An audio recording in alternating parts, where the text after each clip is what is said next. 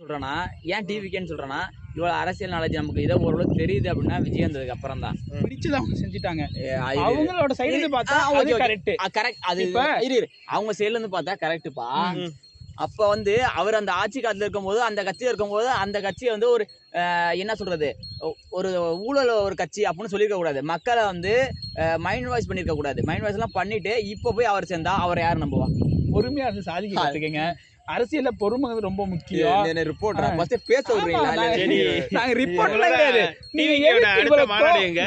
நீங்க அவ்வளவு கோவப்படுறீங்க? எங்களோட கேள்வியே தான். உங்களோட திட்டாங்கன்னா எதுக்கு கோவப்படுறீங்க? அரசியலை பத்தி என்ன தெரியும் உனக்கு? அரசியல் மைக் ரைட்டு அதுக்கு இல்ல. இப்ப டிஎம்கேல இருந்து ஓபிஎஸ் சேர்ந்திருக்காருல்ல, ஏன் சேர்ந்தாரு? ஒவ்வொரு ஆளா பயணம் சொல்லுவான். இது வந்துட்டு கரெக்ட்னு நினைக்கிறியா? இது மக்கள் வந்து ஏத்துக்குவாங்களா? நீங்க சொல்லுங்க. ஏத்துக்குவாங்களோ ஏத்துக்கலையா, அவர் போயிட்டாரு, முடிஞ்சிருச்சு. மக்கள் ஏத்துக்கிட்டானா ஏத்துக்கலன்னு அவரோட விருப்பம் போயிட்டாரு. என்னடா அவர் போனது தப்புன்னு தான்ப்பா நான் சொல்லுவேன். காரணம் என்ன பார்த்தீங்கன்னா, அவர் வந்து பார்த்தீங்கன்னா 2 வாட்டி இதுல முதலமைச்சராக அதே தப்பா சொல்ல முடியல. அதான் நம்மளுக்கு அரசியல் அனுபவம் அந்த இல்லை. 3 தடவை வந்து அவர் ஒரு முதலமைச்சராக இருந்திருக்காரு. அந்த கட்சியை விட்டு இப்போ அதுக்கு எதிர்த்து பேசுறது தப்பு தான். ஆனால் அவர் போனதுக்கு காரணம் என்னன்னு பார்த்தீங்கன்னா, அந்த கட்சியில் வந்து அவர் அதிகமாக யாரும் மதிக்கலை. அவர் அந்த கட்சியை விட்டு நீக்கிட்டாங்க. இப்போ நான் ஒரு பாயிண்ட் சொல்லிட்டேன். இப்போ வந்து டிவிகே, ஏடிஎம்கே, டிஎம்கே 3 கட்சி இருக்குது. என்னோட மனசாட்சி சரி, இந்த வீடியோ பார்க்கணும்னு சரி, என்ன சொல்கிறேன்னா, இப்போ ஏடிஎம்கே மட்டும் எல்லோரும் ஒன்றா இருந்தாங்கன்னா ஏடிஎம்கே ஜெயிக்கிறதுக்கு ஒரு பவர் வந்து எந்த ஒரு கட்சிக்கும் கிடையாது. டிஎம்கேயும் கிடையாது, எனக்கு தெரிஞ்சு டிவிக்கும் கிடையாது. டிவிக்கு பார்த்து ஸ்பான்ஸ் எல்லாம் கமெண்ட் பண்ணாலும் சரி, திட்டினாலும் சரி, அதுதான் உண்மை. ஏன்னா வந்துட்டு போன வருஷம் 2021 எலெக்ஷனில் பார்த்தீங்கன்னா, போன தடவை எடப்பாடி மட்டும் தனியாக வந்து அவர் தலைமையில் வந்து ஏடிஎம்கே வந்து போட்டுக்கிட்டப்போ பார்த்தீங்கன்னா, டிஎம்கேவோட நிறையா தொகுதியில் ஒரு 10,000 5,000 ஓட்டு தான் தோற்றுருக்காங்க. இதுவே வந்துட்டு ஓபிஎஸ், சின்னம்மா, டிடிவி தினகரன் எல்லாம் பண்ணி பேசுகிற மாதிரி இருக்கு. இல்லைடா, இதெல்லாம் எனக்கு தெரிஞ்ச பாயிண்ட்டு. இவங்கெல்லாம் வந்து ஒன்றா இருந்திருந்தாங்கன்னா வந்து கண்டிப்பாக ஏடிஎம்கே ஜெயிச்சிருக்க முடியாது. ஸோ அதுக்கு இதுக்கு என்ன சம்மந்தம் சொல்ல வராரு. இப்போ வந்து சாதாரண ஒரு தொண்டரே வந்துட்டு அமைச்சர்லேருந்து டிஎம்கே போகிறப்பே வந்துட்டு நிறையா யோசிச்சுட்டு தான் போவாங்க. 3 தடவை முதலமைச்சர் இருந்துட்டாரு. அதுக்கு மேலே அந்த கட்சி வந்து அவர் பெருசாக வளர்த்து விட்ருக்கு. கட்சி வளர்த்து விட்ருக்குன்னா ஏன் சொல்கிறேன்னா, கட்சியில் இந்த தொண்டர்கள் தான் சேர்ந்து தான் வந்து ஓபிஎஸ் அவர்களை வளர்த்து விட்ருக்காங்க. ஸோ என்னை பொறுத்த வரையும் அவர் வந்து டிஎம்கே போனது ரொம்பவே தப்பு. ஏன்னா அவர் அவங்க ஆட்சிக்கு வந்த காலமும் சரி, எதிர்கட்சி வந்த காலமும் சரி, அவர் தெரிஞ்ச ஒரே ஒரு எதிர்கட்சி அப்படின்னா வந்து அது டிஎம்கேன்னு அப்போ வந்து அவர் அடிக்கடி சொல்லியிருப்பார். அது அப்படி தான் அவர் நடந்திருப்பார். ஸோ அவர் பொய்யா இருந்தால் மட்டும்தான் பார்த்தீங்கன்னா அவர் இந்த மாதிரி ஒரு முடிவு எடுக்க முடியும். அவர் உண்மையாக இல்லைன்னு தான் நான் நினைக்கிறேன் அவங்க கட்சிக்கு. ஏன்னா அவர் வந்து கட்சியை விட்டு வெளில வந்தப்போ என்ன சொன்னார்னா, அந்த கட்சியை வந்து நாங்கள் மீட்கணும், எல்லோரும் ஒன்றா ஆகணும் அப்படின்னு சொல்லி தான் வந்து வெளில வந்தார். ஸோ வந்து அவர் ஒன்றா ஆகணும் அப்படின்னு நினச்சிருந்தாருன்னா எவ்வளோ காலமானாலும் சேர்த்து காட்டியும் பரவாயில்லன்னு அரசியலை விட்டு நான் விலகிறேன்னு கூட சொல்லியிருந்தா அவர் உண்மையான ஒரு அதிமுக ஒரு தொண்டராக இருந்த அடிப்படை தொண்டர்னு கூட அவரை வச்சுக்கோங்க. அப்படி இருந்திருக்கலாம். அவர் என்ன பார்த்தீங்கன்னா ஒரு உண்மையான ஒரு நபர் கிடையாது. ஸோ மக்கள் வந்து அவரை வந்து ஒரு ஏற்றுக்கொள்ளாமல் இருப்பது ரொம்பவே நல்லது. சொன்னாரு, எதுக்கு அவர் மாறினாரு? நான் இதை தான் சொல்ல வரேன். ஆரம்ப காலத்துலேருந்தே நம்ம எதிரி அப்படின்னு மனசில் இருந்தது. எந்த கட்சியில் இருந்தார் சொல்கிறேன். செங்கோட்டையன் அவரை வந்து டிஎம்கே போகிற விருப்பம் கிடையாது. அவர் என்ன நினச்சிருக்காருன்னா, நம்மள ஏடிஎம்கேலேருந்து வெளில வந்துட்டோம். ஸோ டிஎம்கே வந்து நான் எதுக்கணும் அப்படின்னு முடிவு பண்ணிட்டாரு. ஊழல் கட்சி அப்படின்னு சொல்லி ஏற்கனவே பேசிட்டு திருப்பி வந்து அந்த கட்சியில் போய் சேர்றதுக்கு அவர் மனசு ஒத்துந்திருக்காது. அதனால அவர் வந்து அவங்க தொகுதியில் ரொம்ப ஸ்ட்ராங்கான ஒரு கேண்டிடேட். அதனால வந்து அவங்களுக்கு எதிர்க்கிற ஒரு சக்தி அப்படின்னு டிவிக்கு நம்பியிருக்காரு. ஸோ அதனால போயிருக்காரு. இப்போ நான் அதை என்ன சொல்ல ஏடிஎம்கேவுக்கு அப்போ செங்கோட்டையன் உண்மையா இல்லை தானே? உண்மையான செங்கோட்டையன் வந்து ஏடிஎம்கே விட்டு வெளில வரல. ஏடிஎம்கே தான் வந்து இப்போ வந்து உங்களுக்கு வந்து ஒரு போதுமான ஒரு இடத்துல வந்து உங்களுக்கு ஒரு மரியாதை கிடைக்கல. ஸோ நீ அங்கே தான் இருக்க. வேற இடத்துக்கு வந்து உன்னை கூப்பிடுறாங்க, அங்க அதே மாதிரியே தான் அவங்க கொடுக்குறாங்க. நீ அதே இடத்துல இருந்தா நீ என்ன பண்ணிருப்ப? இப்ப அதே மாதிரி தானே கட்சியை எதிர்பார்ப்பீங்களா? இல்ல இப்ப அதே இப்ப நீங்க சொல்ல பண்ணிட்டு இப்ப அதே மாதிரி தான் அவருக்கு மதிக்க சொல்லி டிஎம்கே சேர்ந்துட்டாரு. இதுல ஒண்ணுமே கிடையாது. சொல்றேன் ஓபிஎஸ்க்கும் இபிஎஸ்க்கும் தான் ரைட். அதாவது சந்திரன் அட்டாக் பண்றாங்க சொல்றேன். இல்ல யாரும் சேர்ந்து அட்டாக் பண்ணல.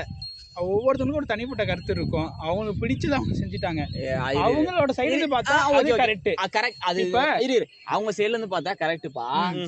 அப்போ வந்து அவர் அந்த ஆட்சி காலத்தில் இருக்கும்போது அந்த கட்சியில் இருக்கும்போது அந்த கட்சியை வந்து ஒரு என்ன சொல்கிறது ஒரு ஊழல் ஒரு கட்சி அப்படின்னு சொல்லியிருக்க கூடாது. மக்களை வந்து மைண்ட் வாய்ஸ் பண்ணியிருக்க கூடாது. மைண்ட் வாய்ஸ் எல்லாம் பண்ணிட்டு இப்போ போய் அவர் சேர்ந்தா அவரை யார் நம்புவா? அப்படின்னு OPS பார்த்தா சரி, இதே செங்கோட்டையன் வந்து விஜயை பத்தி இப்ப எதுவுமே ஒண்ணும் சொல்லல. கிடையாது. கட்சி ஆரம்பிச்சதுல இருந்து விஜயை பத்தி எதுவுமே சொல்லலையா? பேசல. இப்ப ஒண்ணும் கிடையாது. எம்ஜிஆர் எந்த கட்சியில இருந்தாரு? எம்ஜிஆர் டிஎம்கேல தான் இருந்தாரு. அவர் பிரிஞ்சு வந்து அதே அவர் இருந்த சொல்றது கட்சியில கேளுங்க. இருந்தாரு. அதுதான் சொல்ல வரேன். ஃபர்ஸ்ட் இருந்த காலகட்டத்துல எம்ஜிஆர் வந்து ஒரு கட்சியில வந்து ஒரு அரசியல ஒரு அனுபவம் இல்லாத ஆளு. அப்போ வந்து டிஎம்கேல சேர்ந்துருந்தாரு. சரி, நமக்கு டிஎம்கே ஒத்து வராது, நம்ம நல்லது செய்யணும்னா டிஎம்கேல இருக்க முடியாது அப்படின்னு செஞ்சுதான் தனியா வந்து ஏடிஎம்கேன்னு ஒரு கட்சி ஆரம்பிச்சு அவர் வெற்றி பெற்றாரு. ஓகேங்களா? அந்த மாதிரி அந்த கட்சியை தான் இப்போ எல்லாம் நாசம் பண்ணிட்டு இருக்காங்க. ஓகேவா? ஏதோ நீங்க சொல்றீங்க, எங்களுக்கு அந்த அளவுக்கு அரசியல் ஆர்வம் இல்ல, அனுபவம் இல்ல, அதனால எங்க நம்ம சப்போர்ட் வந்து டிவிகே தான். இருந்தாலும் நான் ஏன் சொல்றேன்னா, ஏன் டிவிகேன்னு சொல்றேன்னா, இவ்வளவு அரசியல் நாலேஜ் நமக்கு இதை ஓரளவுக்கு தெரியுது அப்படின்னா விஜய் வந்ததுக்கு அப்புறம் தான். ஸோ அதனால தான் சொல்றேன், ஒரு ஊழல் கட்சி இனிமே ஆட்சிக்கு வரக்கூடாது அப்படின்னு யோசிச்சு செயல்படுங்க. அது ரெண்டாவது பட்சம். டிவிக்கு வந்தனால எங்களுக்கு எல்லாம் ஒரு நல்லது நடந்துச்சு. ஆமா, அரசியல் தெரியுது. அதுல அது இல்லாம டிஎம்கே எங்க வீட்டுல எல்லாத்துக்கும் பெண்களுக்கு தலைவிக்கு 1000 பணத்தை ஏற்றி விட்டாங்க. அது எனக்கு ஒரு ஒரு இதா இருக்கு. ஸ்டாலின் இப்போ நாங்க படிச்ச முட்டாள்னு சொல்லல. இப்ப டிவிக்குன்னு ஒரு கட்சி இல்லைன்னா கண்டிப்பா டிஎம்கே இது பண்ணிருக்க மாட்டாங்க. ஏன்னா அவங்க அசால்ட்டா ஜெயிச்சுட்டு போயிருப்பாங்க. அவங்களுக்கு தெரிஞ்சு போயிடுச்சு நம்மளுக்கு இனிமே எதிர்கட்சியே கிடையாது, ஏடிஎம்கே வந்து கொஞ்சம் கொஞ்சமா அழிஞ்சிட்டு இருக்கு அப்படின்னு சொல்லிட்டு அவங்க ஒரு மலையில இருந்தாங்க. திடீர்னு வந்தவர் தான் நம்ம தலைவர் விஜய். அவர் வந்தோன்னா கொஞ்சம் பயமும் வந்துருச்சு. உங்களுக்கு என்ன வலிக்குதுன்னா, ஏன் வலிக்குது சொல்லுங்க.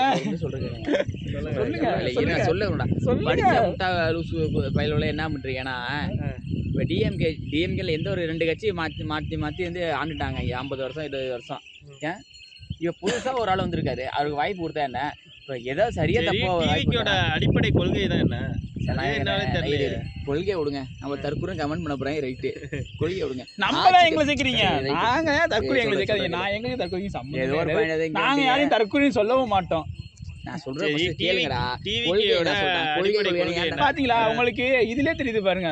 கேளுங்கடாங்கிறீங்க. ஒரு எப்படி பேசணும்னே உங்களுக்கு தெரியல, மரியாதையா ஒருத்தவங்க நடத்தவே தெரியல. எந்த கட்சியுமே கிடையாதுங்க. நான் உங்களை ஆட்சிக்கு வரலாம் சொல்லவே மாட்டோம். நீங்க ஆட்சிக்கு வரணும், நல்லது பண்ணணும், எங்களுக்கு ஆசை தான் இருக்கு.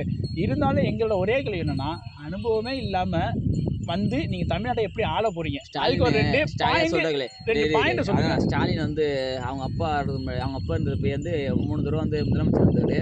இப்ப அவர் அடிப்படை அவர் ஒரு தொண்டரா இருந்தாரு, அதுக்கப்புறம் அமைச்சர் வரேன். இப்ப வந்து ஒரு 30 வருஷம் அரசியல் இருந்தாதான் நீங்க உங்க ஓட்டு அப்படி ஒண்ணும் தேவை கிடையாது. மக்களுக்கு வந்து பாத்தீங்களா, மக்களோட ஓட்டே தேவையில்லைங்கிறீங்க. அப்புறம் எப்படி உங்களுக்கு வந்து அரசியல புரிஞ்சுக்கீங்க.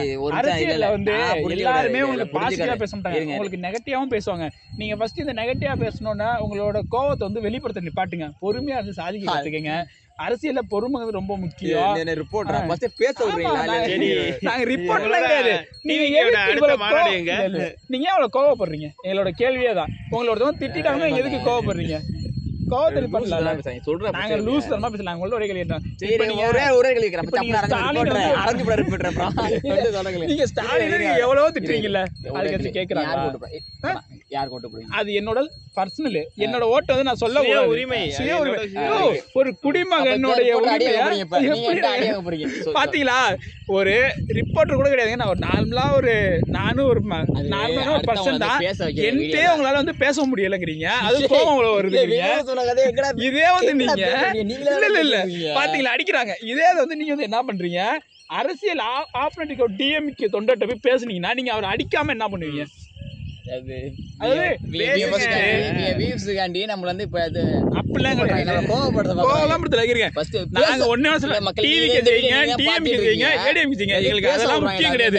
யாரு ஜெயிச்சாலும் தமிழ்நாட்டு மக்களுக்கு நல்லது பண்ணுங்க.